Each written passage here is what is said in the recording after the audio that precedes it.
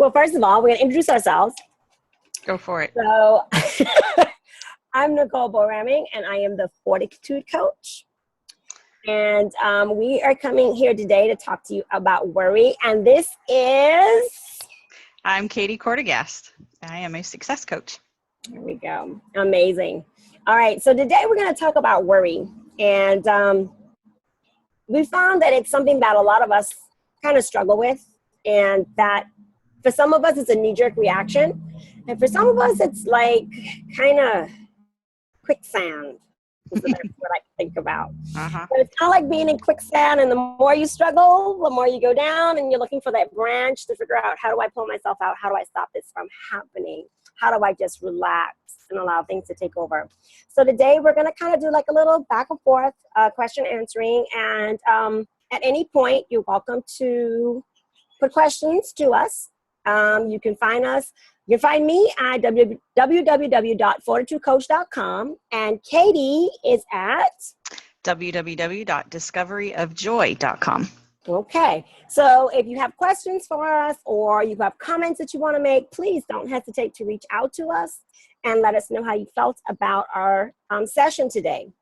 All right. So Katie, what's our first question that we're going to try to jump out there and talk to our listeners about? Well, I think it's a very important question. What specifically do you worry about? Ooh, that's a good one. Pretty heavy, huh? Yeah, that's a real heavy one. I think in general, people worry about everything if they'll allow themselves to. Mm-hmm. I think that some things we've learned that we just don't have control over, so we don't worry about them. And other things we try to control that we shouldn't be trying to control, and those are the things we worry about. Your thoughts? I completely agree. I think you touched on a very important thing, is control. That's kind of the root of worry. And I think what we do worry about, and when we do worry, is because probably at the back of our minds, we recognize that we do not have control of the situation. And it becomes our coping mechanism to control the situation. It's the one thing that we can do to maintain control of our situation. But since you mentioned it, I do want to bring up the next question, which is, what is the purpose of worry? Huh. Did you want to go first on that one? The root is control.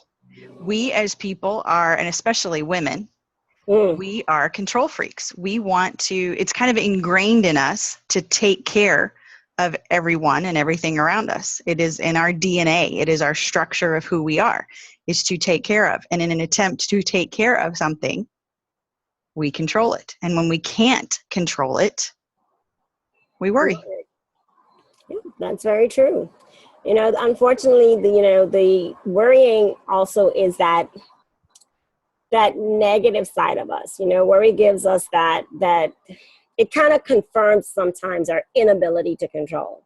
So you worry about, okay, how am I going to do something? And when you're unable to do that, it kind of feeds those negative thoughts of, well, see, you couldn't do that. Well, I don't know why you even tried, you know. So it kind of, you know, as sad as it sounds, it's that self-sabotaging side of us as well that will pick up the worry and put it in place, because it kind of feeds that. You know, it kind of, the debasing, it's the word I'm looking for.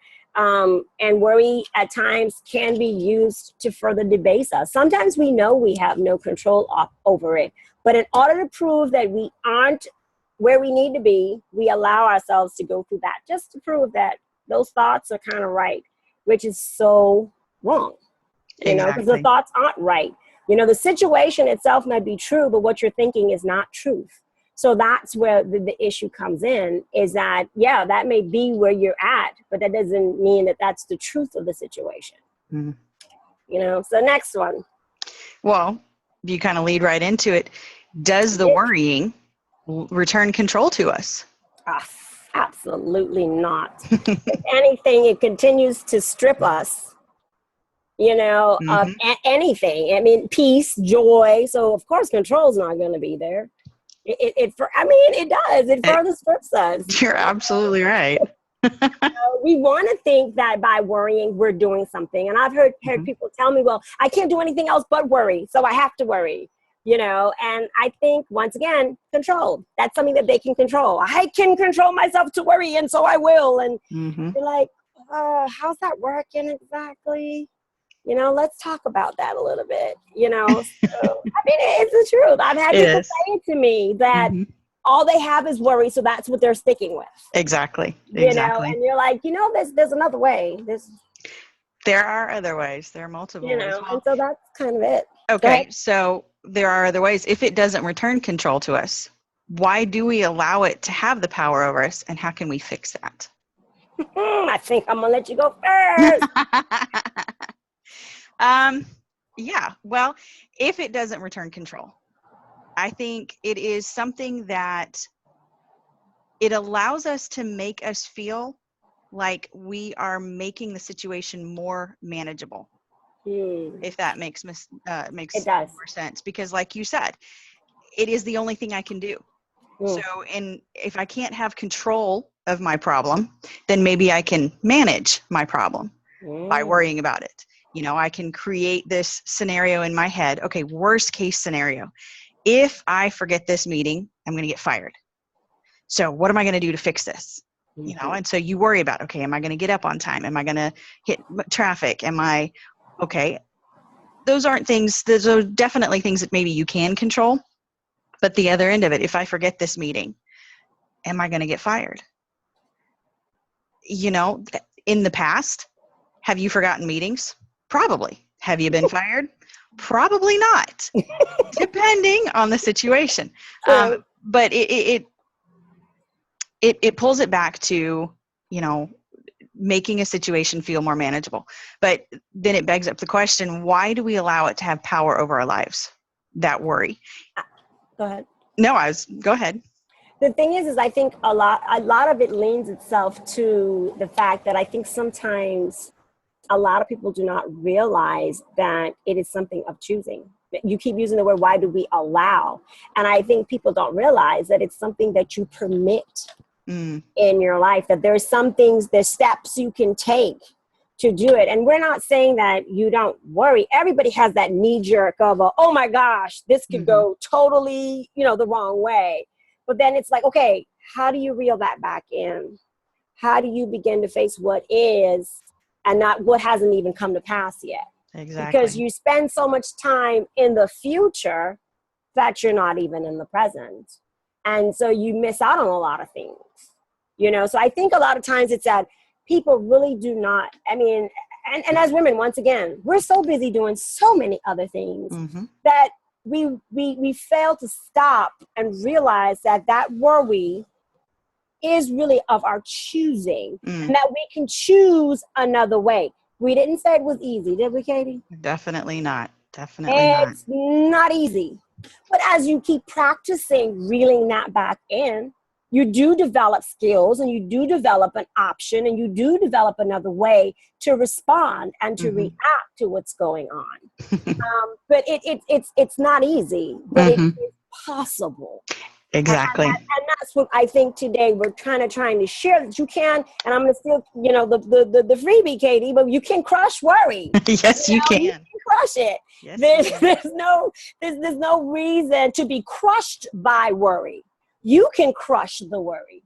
And that's kind of what we're talking about today. And I think a lot of times some of our listeners out there may not realize that it is an option. They may feel as if they are so out of control and I don't know what I'm going to do about it. There's nothing I can do about it. And what we're saying is there is something you can do about it. So. Well, let me ask you, if we know that worry doesn't work, then why do we continue to worry? Once again, I think it comes back to just some of us not realizing that we have an option. I know for a while for me, and I'm going to tell a quick story, when it was time, when I was in San Diego, and it had come that point where my health had gotten really bad. I was homeschooling, and I had to make a decision to put Gabriel in school. And I realized at that time that I had a serious issue with control. And I was coming into that realization. And I put him in, going through the process of putting him in school, I remember thinking of every scenario that could take place and how could I counteract it. I had laminated everything and redone doubles of this and triples of the next and given the teachers personal. I thought of everything when it came down to it. And for me, it was finally getting to a point where I went, wait a minute, I can't stay at this pace. You know, I can't stay here, because one of the things we don't realize, or that we fail to recognize, I should say, because sometimes we know these things, but we don't always bring them to the forefront of our minds, is that when you stay in that state of worry, now you're talking about health issues. You're talking about adrenal fatigue. You're talking about your cortisol levels being through the roof. You're talking about, so it for me, it was bringing that thing to the forefront and go, wait a minute, there's another way to do this. I can put him in, you know, there's another way. And it doesn't mean, once again, we're not saying that you don't pre-plan things, you don't prepare. That's not what we're talking about. And I know some of our listeners will try to allow that excuse to come in mind. Well, they're saying not to prepare. That's not what we're saying. Please, that's not what we're saying. You know, preparation is completely different from worrying. Worrying is when you sit there and you drill that thing over and over, and you don't sleep, and you hardly can eat, and you just can't think about anything else. You're consumed is what we're talking about. So I just want to make sure everybody's aware of that. And I think we allow it because we don't stop long enough to think of another way. Exactly. That's my input. What you got, Katie? No, I like it. In fact, you lead us right back into the next question. What am I doing? Can we take back control of our situation? And I have to say, from your little story, yes, we can. Yes. We do have that power to make the choice to say, no, I'm not going to be consumed by this worry. I am going to do what I can to take control. I'm going to prepare for the situation. I'm going to take the lead on this and say, what can I do to not necessarily change the outcome, necessarily, not saying you can't change the outcome, but what can I do in the here and now, in the present, to release the burden of this worry? If, for instance, how can I, if I forget this meeting, I'm going to be fired. Okay, what do? Well, you set your alarm on your phone. Maybe you call a friend and say, hey, listen, would you mind calling me at this time to make sure I'm up and moving? Right. If we have someone else in our household to step up and help us get ready, you can lay out everything the night before. You can put everything in a calendar, in your smartphone, on your computer, whatever it takes to remind you. In your situation, you took the initiative to say, I'm sick. I cannot do everything as a parent that I'm required to do. So what can I do to lift some of the burden of my responsibilities, therefore taking away some of my worry?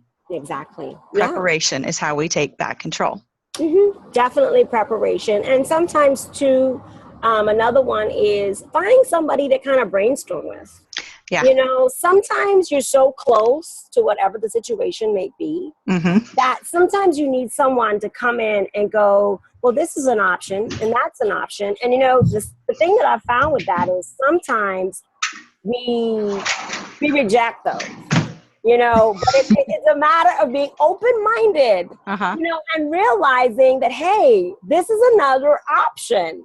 You know, so I would say taking back control takes being open-minded too, because you may have someone coming to you saying, she's laughing, but coming to you and saying, hey, this may work in your situation, you know, or, you know, when my kid went, I know for me, I had friends say, hey, when my kid went to school, I spoke with the vice principal and I had my number, you know, they gave me things and I was open-minded at that point where I said, you know what, that'll work. And so I gave my number and all the steps they gave me to do, I did those things. So you may want to get somebody too that you can kind of hash it out with that would be able to help you brainstorm. Like I said, sometimes it's about brainstorming and you need somebody to kind of ground you a little bit. So definitely. Yeah. No, I was laughing because my next question was, what is the worst case scenario? Okay, but I promise you, I do not have the question.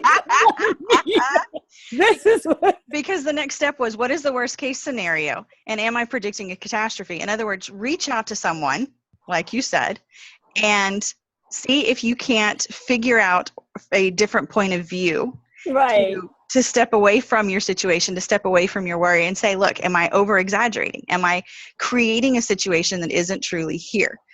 Reach out to friends, reach out to family, reach out to someone to give you a spectacular outside point of view, which is why, Nicole, we work so well together. I know, right? Because I'm sitting here like, I promise you I don't have the questions. This was not pre-scripted. Oh, I do not have the questions. And we're in trouble here. All right. I definitely, like I said, I definitely 100% support that. And it works. And I've seen it work for me from time to time. Mm-hmm. And part of it is really just, I mean, another one of our character series that we're going to talk about is humility. Mm-hmm. And it's really about humbling myself Mm-hmm. and going and saying, hey, guys, I can't I do need this. some help here. Yep. You know, and then having them feed into me. But of course, that's for another session, but Mm-hmm. definitely Yeah. one that we will be addressing. Okay, so next question. How likely is it that the very worst is going to happen? And in this scenario, but just consider the reasons why exactly we're holding on to our belief. What is our evidence that the very worst is going to happen? Look back on your history. Look back on things similar to this. And I know that every situation that pops up is unique and everything has a different set of variables to create a different scenario. Mm-hmm. But my question is, how often has the absolute worst happened? And not in the situation itself, but for instance, if I forget the meeting, I'm going to get fired. Again, how often have you forgotten a meeting? Maybe once or twice. How often have you gotten fired for it? That's up to your particular situation. But when you think about the worst, how often does it come true? I would say really honestly, I think if everyone was to be honest, they're still waiting for the worst to come true. Exactly. You know, exactly. It reminds me of a story about worrying that I read, and it was like, they were worrying about one thing, and then that was it. These people didn't want to worry anymore, so they hired somebody to worry for them. And then that's a job? I need to be hired. I'm really good at that. And they hired somebody to worry for them. And then the guy asked them, well, how much are you going to pay? And so they told him, he's like, oh, no, I can't worry for that amount. Then I'm going to be worried about why you're not paying me what you need to pay. You got to pay me more than that. So then they paid him even more money. And he was like, well, now that's too much money because now I'm not going to worry about what you want me to worry about because now I have too much money. I don't need to worry for what you need me to worry about.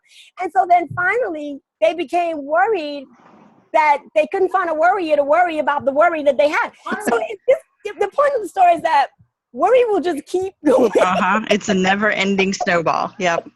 So by the time you're done, when you're worried about getting fired, you will go all the way down to, and my kids can't eat, and there'll be no clothes in the house, and we'll be homeless, and we'll be out on the street, and there'll be no clothes. You will not stop at, I can lose my job. Yep. You're going to just keep rolling that ball.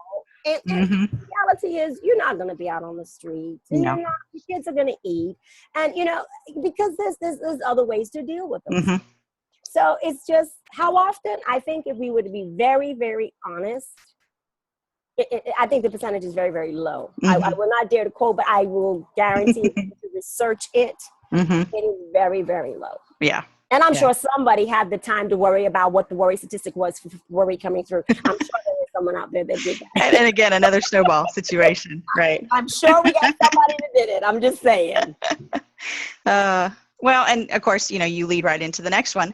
Whoa. What are other possible outcomes? What's the most likely outcome? Or, thank you, Lord, the best outcome? So basically, I guess what I'm asking is, instead of worrying about the absolute worst outcome, turn your thinking around. Instead of questioning what could happen, what could go wrong, what could possibly ruin everything, switch your thinking and think, what could go right? Yeah, exactly. What could be the potential in this? What can I learn from it? I forget my meeting. Maybe my boss hands me a brand new pretty little planner. I missed that particular meeting and, the air conditioner cut out and everybody in there sweated to death. There are positive outcomes. Right. Just kill everybody on the workplace. I didn't kill everybody. To death. Okay.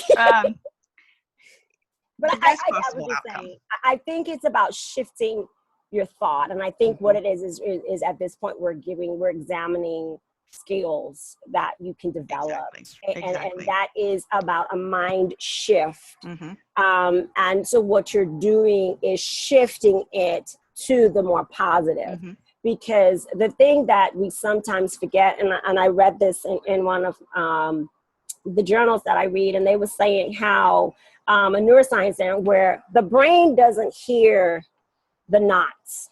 So you saying, I'm not going to be late, I'm not going to be late, I'm not going to be late. The brain just hears, I am going to be late.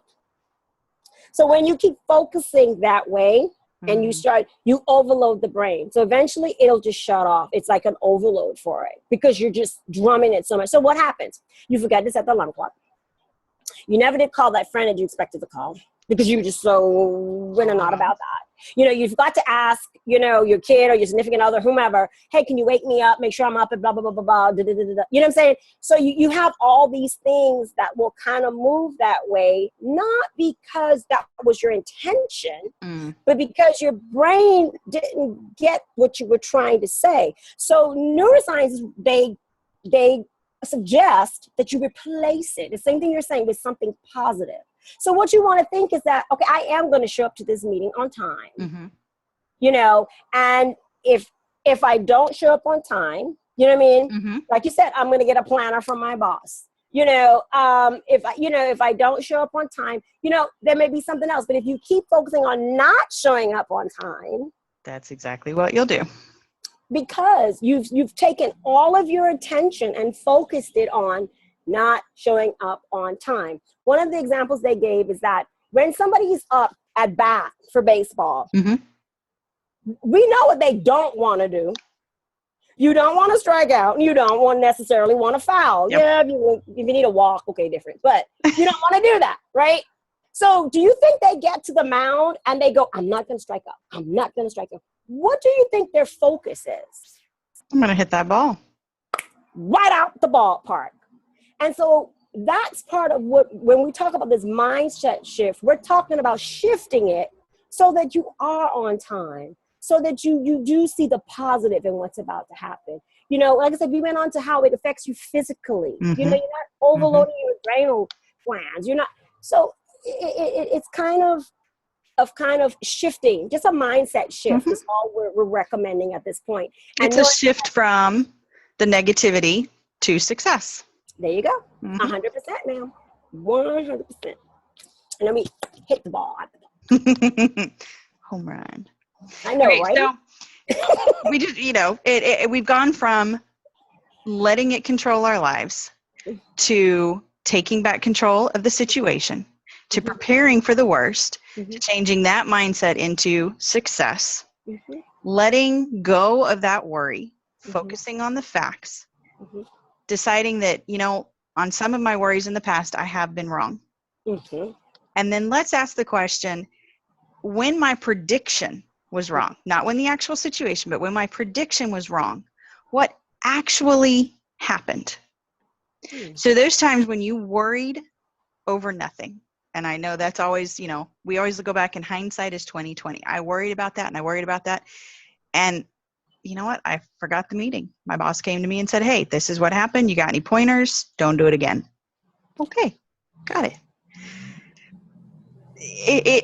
It goes from becoming a situation of, like you said, wringing our hands, losing our hair, getting to the point where we can't sleep and we can't eat and we can't function, to the worst case scenario was my boss just kind of scolded me.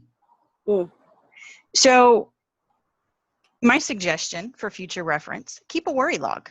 I know that sounds kind of weird, but how many times do people keep food logs, their food diary to lose weight? They keep track of their exercise diary of what they've done and what worked for them, or, how many reps they've done. They keep a daily journal of what happened throughout their day. A lot of parents keep a journal for their kids as they grow up. So start looking at it like this. You keep a worry log. When you have a situation that goes bad, that could become a really bad scenario, write down what the situation is. Write down why it is that you're worrying about that situation. Write down whether or not you contacted a friend to get their point of view. And then keep track of the feared consequences versus the actual consequences. And over time, you're going to start to notice that our fears, while they were overwhelming, rarely, if ever, came to truth. The actual consequences, the actual outcomes were nowhere near our worst case scenario. Now, granted, they may not have been on the success side of it, but the whole point is a shift, like you said, a shift in mindset to overcome or overwhelming worry to success in the situation. You have any thoughts on that? I think the log is a great idea. I think I would even at some point, not to add more to the log, but I think I would also include a positive, something that they can think about positively even before the outcome. So, you know, what you said, what is the best scenario? And so you may want to acknowledge that as well. And that may shift you from actually continuing your worry, you know, and you may find that the actual is kind of somewhere in between the two. But it teaches you to shift it just a little bit at a time, you know, and stuff. And the friend may have offered that example for you, because sometimes you have to borrow somebody else's energy until you're able to do it on your own. So they may be able to tell you, hey, you know, this is what could happen. Let's just wait and see. I know friends say that a lot. Hey, let's wait and see what's going to happen. You know, this could happen too. Like, you note that down. And then you may be able to kind of shift your focus and go, you know what, that's a possibility too. And so it's just beginning to realize that there are other possibilities other than the negative ones that are overtaking you.